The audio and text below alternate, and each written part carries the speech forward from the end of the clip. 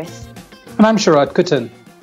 Welcome to Consider This, the show where we want you to consider and then reconsider what you know of the news of the day.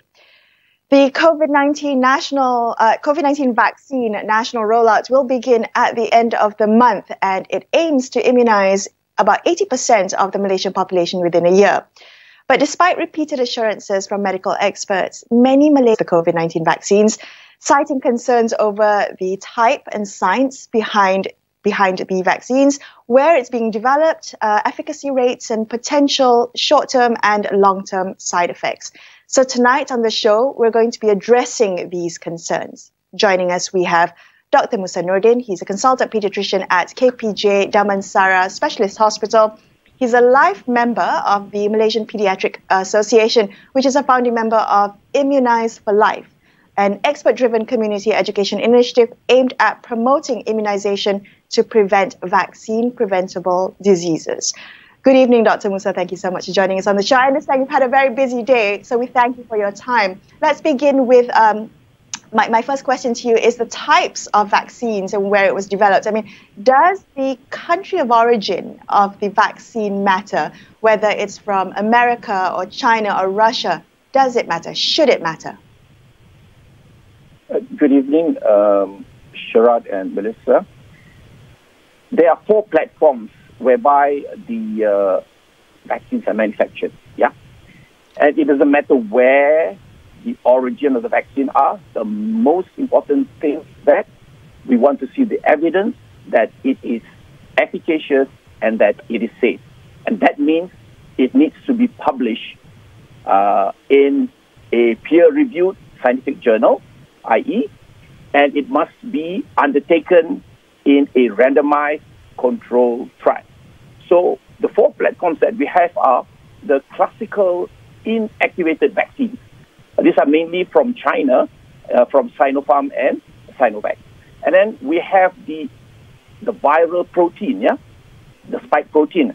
And this is the most recent was the one that was from Novavax. They recently published their, they published their studies by press release. And then the third is the vector-based COVID vaccines. There are 3, yeah? AstraZeneca with Oxford University, and then there's the Sputnik 5 from Russia, and then there's the most recent J&J vaccine. And of course, the most contemporary is the messenger RNA vaccine, namely from Pfizer and Moderna.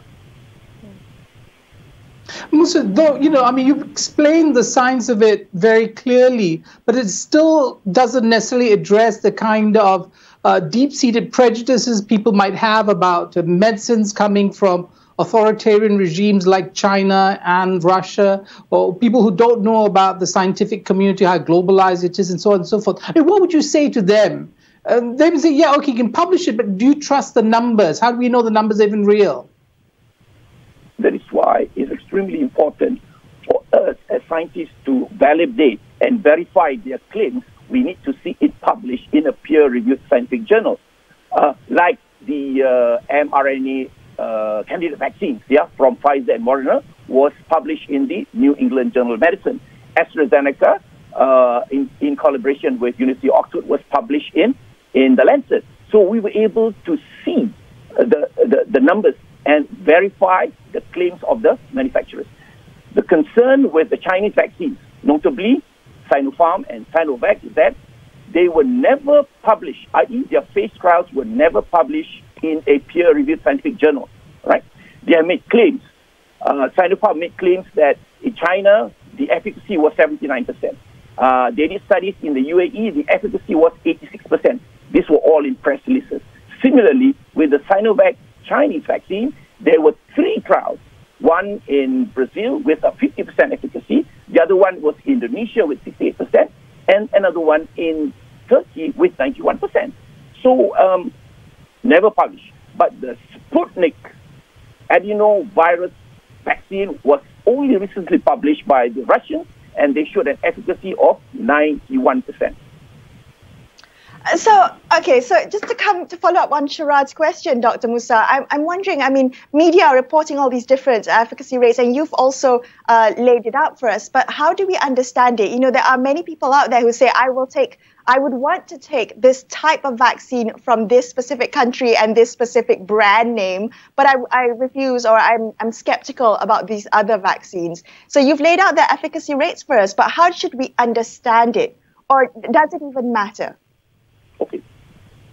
Well, the simple answer is that if there is any vaccine available that has been ratified by the NPRA, the National Pharmaceutical Regulatory Agency, take it, grab it, yeah, because the manufacturers are scrambling to try and get raw materials to make the vaccine, yeah. And at this point in time, the NPRA has only licensed the Pfizer mRNA vaccines for use in Malaysia. But we hope very soon they would be registering the AstraZeneca vaccine, the Moderna vaccine, and the Chinese and the Sputnik from Russia.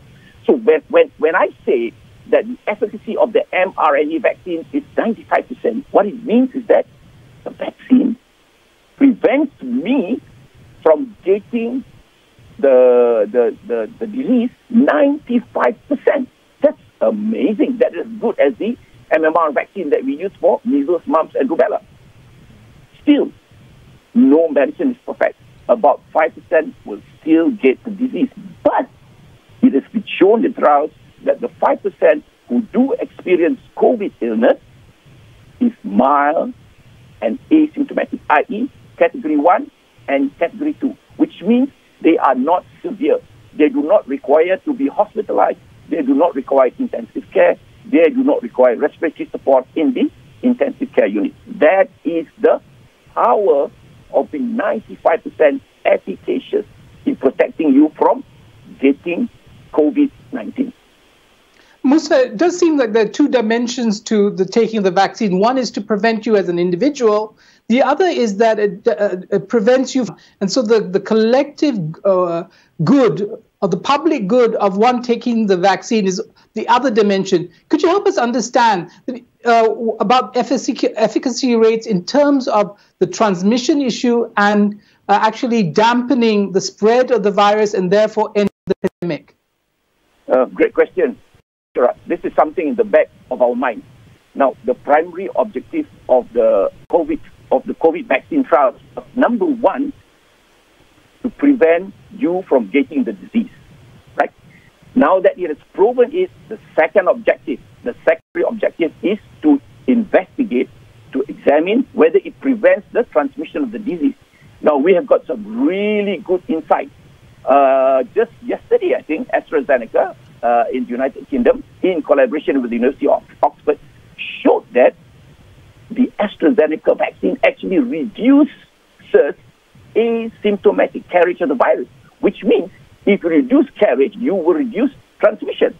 And similarly, if you look carefully at the Moderna trials, they are saying that 60% of those who were swabbed, in between the first and the second dose, showed that there was reduction in asymptomatic carriage of the virus in the throat, which means 60%, i.e. there will be less transmission. And I think you can rationalize this because the vaccine does prevents you from coughing, prevents you from sneezing, so there is less airborne spread, number one. Number two, the vaccine actually reduces the viral load of the virus in your upper airway, so that will reduce the transmission.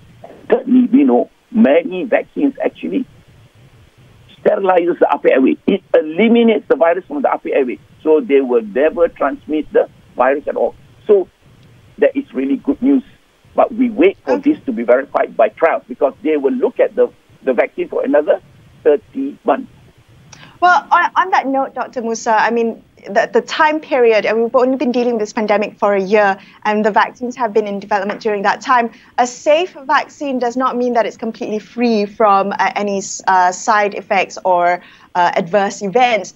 Are there concerns about negative effects, either short-term or long-term? Are those concerns warranted? Thank you very much, Melissa.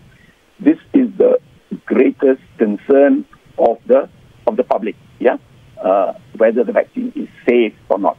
Now, in vaccinology trials, you must give a grace period for at least 2 months. Then you can uncover, you can unravel the minor and major side effects. So all the trials have gone through this 2 months grace period, and it has been shown that the adverse effects following immunization, AEFI, are minimal. For example, with the mRNA vaccines, the commonest side effect with the first dose is pain. It is very painful, according to my friends, 80%.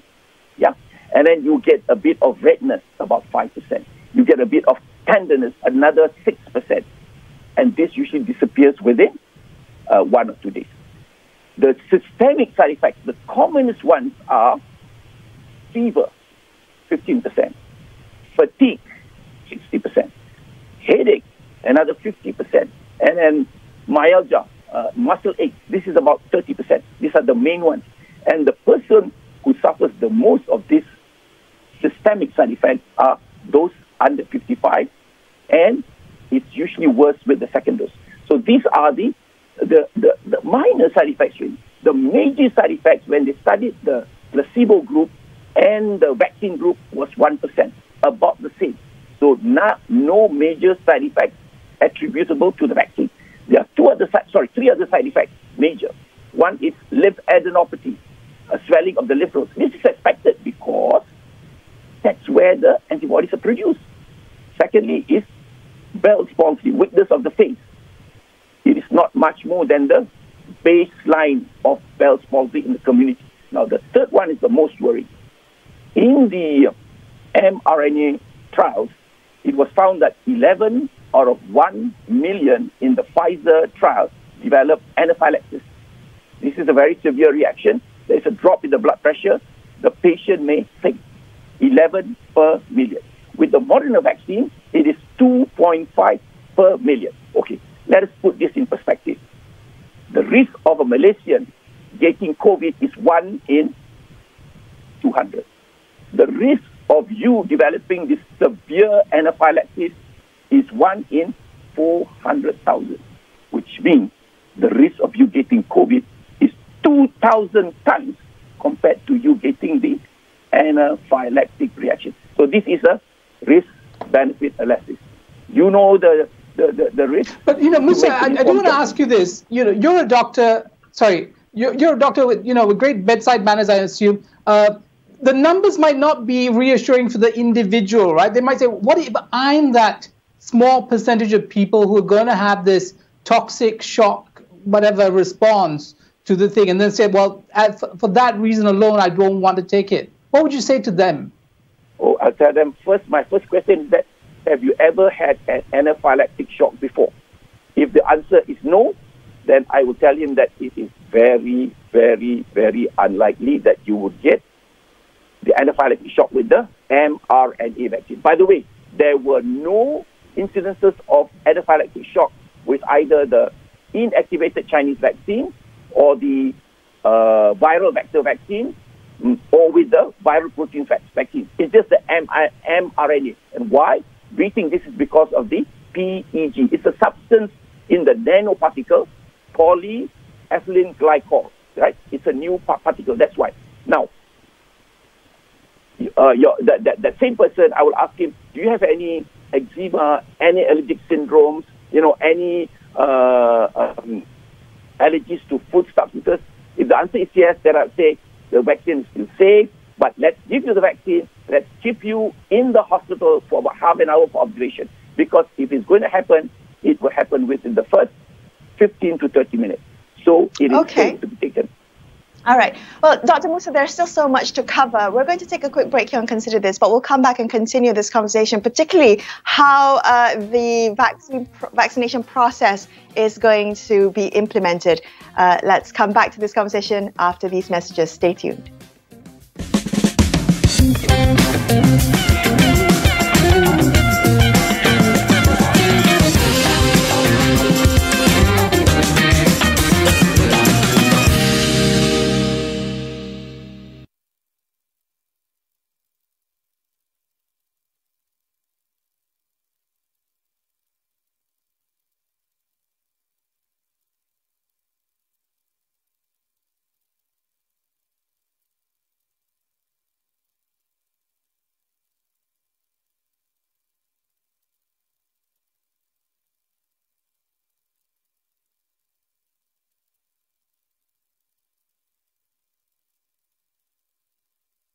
Bila sentuh soal berita, tiada masa untuk tunggu.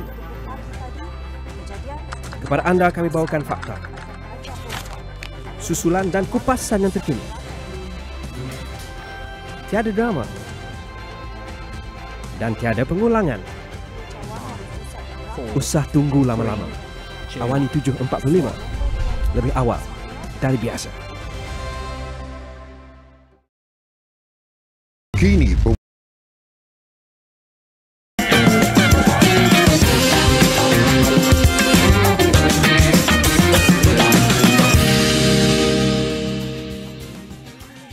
Welcome back to Consider This with Sharaad Kuttan. I'm Melisa Idris. Let's continue our conversation with Dr Musa Nordin about the need for clear communication regarding the safety of vaccines and also the rollout of the national vaccination process. Dr Musa, I think myself and like many other Malaysians read on almost a daily basis how some country or the other has begun their vaccination program. Singapore, Indonesia, and Myanmar, just to name a few regional peers. Are we behind? And is there a good reason for us not to be first in line when it comes to a new vaccine, even during a pandemic? Because coming back to what you mentioned just before the break about how, if any, should there be any adverse reaction to the vaccine, it would happen almost immediately after the inoculation. So have we put those things in place? Have we put those processes in place, the distribution, the injection, and the monitoring? Yeah. A bit disconcerting that we are a bit slow in the acquisition of the vaccine, because we all recognize that the vaccine is one of many strategies for us to exit this pandemic. Yeah, I need to remind your viewers that even though we have the vaccine, it doesn't mean that we stop putting on our mask, we stop with our personal hygiene. We must continue with physical distancing, ensure good ventilation. That's extremely important until we reach a level of maybe 70 to 80% of herd immunity. Yeah. Now, yes, we've secured about 39% from Pfizer, another 10% from AstraZeneca, another 10% from COVAX, the WHO initiative, and another 20% from Sinovac China. So that's about 80%. That's credible. That's very good. We hope by the end of February the vaccines will have arrived and we can kickstart immediately to ensure that all the eligible persons get the vaccine. Yeah, and how do we decide this? Basically, it's a balance between two important criteria. One is to prevent mortality and morbidity, which means we need to address the high-risk groups, i.e. the warga emas in excess of 65 years old, the ones in care homes, yeah, the ones who have comorbidities. So we lower the mortality and morbidity. And the other is we need to take care of society. We need to make sure that the hospitals are functioning. We need to make sure that there is peace, so which means we need to immunize the healthcare workers. And then we need to immunize the frontliners, i.e. the policemen, the soldiers, the bomber, the one who brings food to us in our homes. So that's the balance that we have to make. And I think the Ministry of Health and MOSFI have arranged for this. But my reminder to them is that we really need to roll it out ASAP, because in the United States of America, one of the guys who sits on the board, Paul Offit, was saying, we've got 20 million vaccines sitting in the fridge, yet we've only rolled out 7 million, which is a third. So that's why we don't want 1 million or 500,000 coming in Malaysia, and most of it is sitting in the fridge and not out in the deltoids of those who are eligible. Musa, there seems to be a conversation now, and I think perhaps anchored in the strategy, I believe, taken in the United Kingdom, that of vaccinating as many people as possible beyond the priority groups, and pushing back the second dose. And this would be relevant to the Pfizer protocol, which is, I think, a 3-week gap between the first and second jab. Where do you stand in this? Because the new mantra seems to be getting some vaccine is better than having none. Thank you, Sharaad. That's an excellent question, and it is something that is being debated repeated by the scientists. Now, I would stand with good science, and good science means I'm with the American methodology, i.e., if you do the Pfizer vaccine, the first dose must be given, and the second dose at 21 days. With the Moderna, first dose and the second dose at 28 days. This is to make sure that we get that 95% protection in the community, and we prevent the COVID virus from escaping and forming what we call escape mutants. This is what we are seeing now happening in the United Kingdom, the Kent strain, B117, and what's happening in Africa, South Africa, the B1351 strain, which is very transmissible, and it's beginning to evade the effectiveness of the vaccine. Yeah. Now, the only rationale that I can give to the British methodology is, yes, they want to vaccinate as many as possible. I think they can only do this with the AstraZeneca vaccine, the AZ vaccine in collaboration with the University of Oxford, because it has been shown that with the AZ vaccine, if you give the first dose and if you delay it to 6 weeks instead of 4 weeks, the efficacy is actually higher at 72% compared to 60%.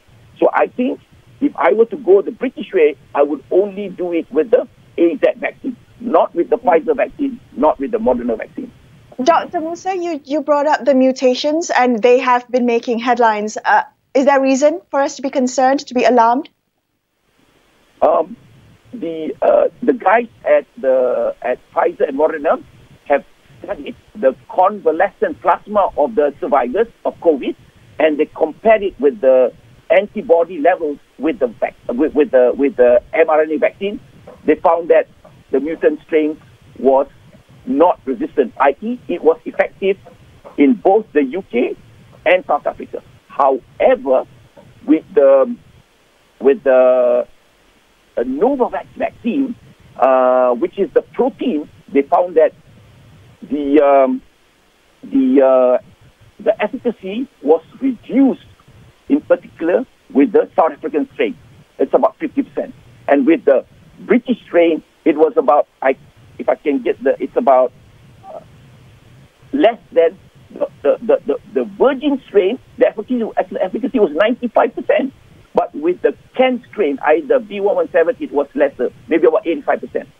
So, it's escaping and becoming resistant to the protein vaccine as well as the viral vector vaccine, but not with the mRNA vaccine.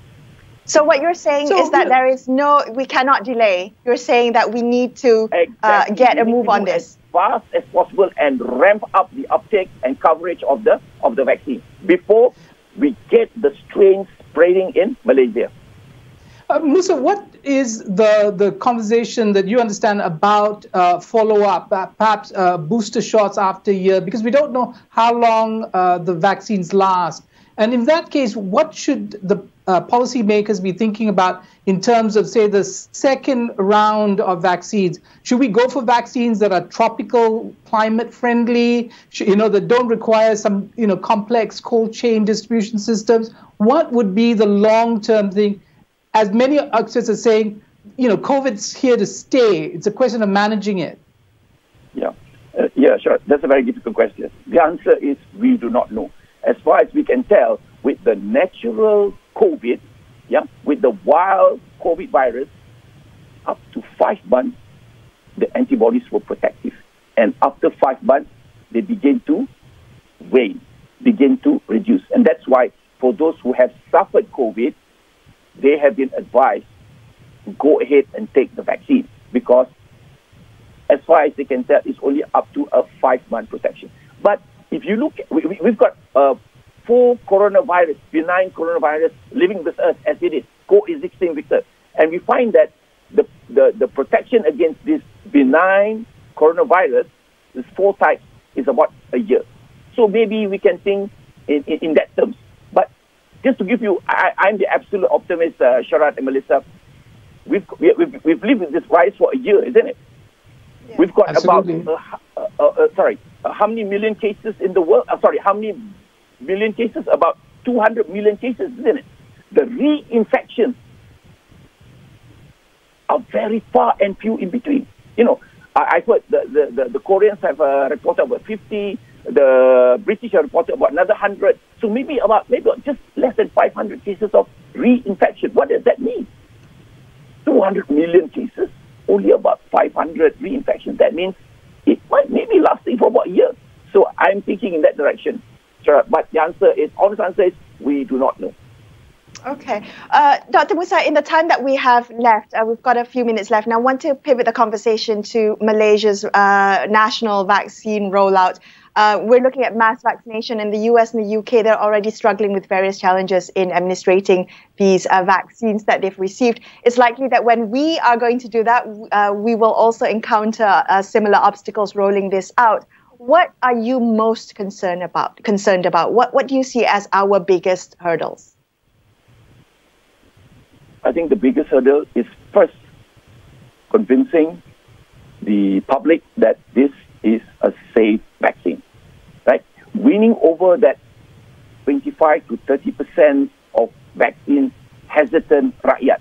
And that's why in the next few weeks, we have to really work very hard. The Ministry of Health, KOLs, key opinion leaders, the Immunise4Life, my friends in all the societies, infectious disease societies, should be speaking, right? We had a webinar with doctors, 500 doctors. When we did the webinar, 75% only opted for the vaccine. Another 25 said no. At the end of the webinar, we managed to convince 17%. So it went up to 92%. It's important that doctors and nurses are convinced, because the rakyat, your clients, the patients have full trust in us. So if we say, yes, go for the vaccine, I've had the vaccine, I'm a doctor, I've looked after you for the past 15 years, go. This will inspire confidence. I think this is the number one issue. And then the second issue is logistics. The Ministry of Health and MOSTI needs to get its act. And if you want to learn, you have to learn it from the Israelis. They have managed to vaccinate 60% of the population, or learn from the UAE. They have managed to vaccinate 40% of the population. Send some of our guys there, learn how they do it, and then we can apply it in Malaysia. Right. Okay. Dr. Musa, thank you so much for your time. I can hear the strain on your voice, and I know that you've been in webinars all day, giving interviews all day, talking about the importance of clear communication over the COVID-19 vaccines, and I appreciate your time. Thank you so much for being on the show tonight. And we'll definitely have you back. Yeah, definitely have you back. Melissa, thank you very much for having me. You're welcome. That's all the time we have for you in this episode of Consider This. I'm Melisa Idris. And I'm Sharaad Kuttan, signing off for the evening. Thank you so much for watching, and good night.